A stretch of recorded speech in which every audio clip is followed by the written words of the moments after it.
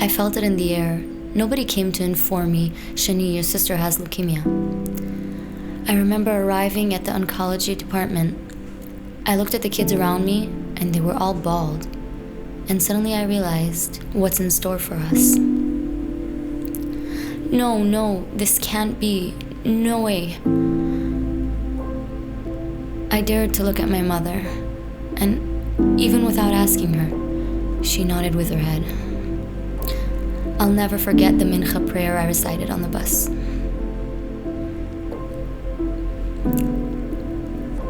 I'm sorry.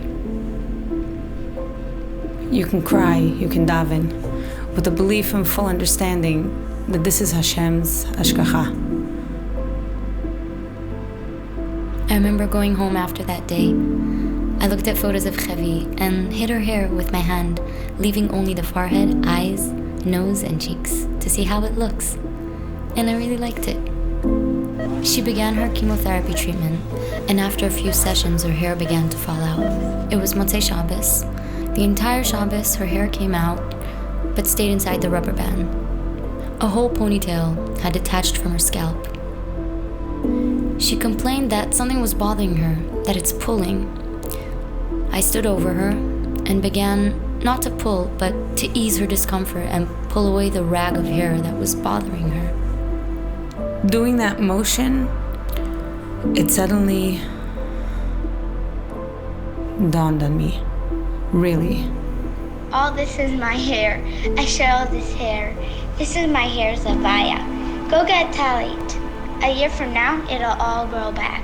Nicer, red hair. This is it. This is real. Our child has cancer. She braved through it, made a Kiddush Hashem. She was noble, gentle, always thanking everyone. She overcame that ordeal.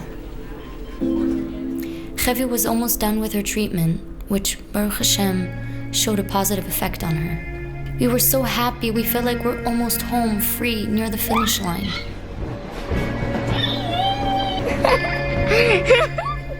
It was a month before Chevi's bat mitzvah. One Shabbos morning, Chevi didn't feel well. She threw up several times after having fainted twice. We called an ambulance and they rushed her to the ICU. Chevi's systems were failing. All the other kids were in shock to see what's going on. My parents were here with the doctors. As their big sister, I felt it was my responsibility and my job to calm them down, reassure them, and get them out of the way. So I took them to the kitchen, gave them candy, and told them to recite the shekel blessing loudly. The situation deteriorated rapidly. All her vitals dropped. Her blood pressure dropped to 24, which is very low. She was rushed to the ICU, and though she barely had time to say anything, she still said, "Thank you, thank you. Thank you so much, everyone." She managed to thank everyone who had helped her. I was alone at home when suddenly the phone rang. It was Shabbos, and before Mommy went to the hospital, our rabbi said she's allowed to call, only if Chevi was, chas v'shalom, gone. I saw Mommy on the monitor.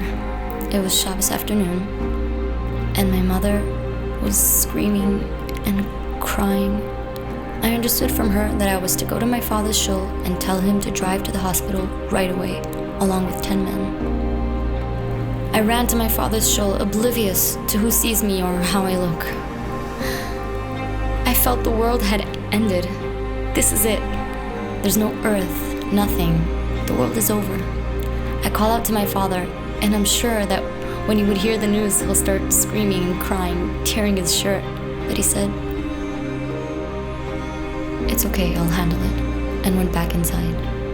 I remember seeing my friends and understanding that in a few hours, they'll be at my sister's funeral. We stood beside Chevi for 3 days. Everyone, the whole family. Ezra Mitzion stood by our side for whatever we needed and beyond. We all stood there looking at Chevi and didn't take our eyes off her. No, Chevi's not waking up. The doctors who treated her stood there crying bitterly. Chevi, you have to wake up. You have to. The world won't handle it. You hear? Get up. I collapsed on the floor by that time. I was taken home and realized that was it. And I prepared the house for Shiva. So when people come, the house would be neat. I tried to wake her up. I knew that Chevi really loves My Little Leaf song by Avram Fried. So I played her that song, right by her ear, and saw how her smile slowly stretched. She's singing!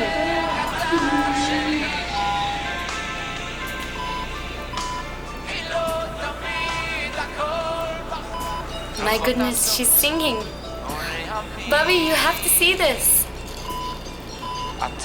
Chevi, you're a hero.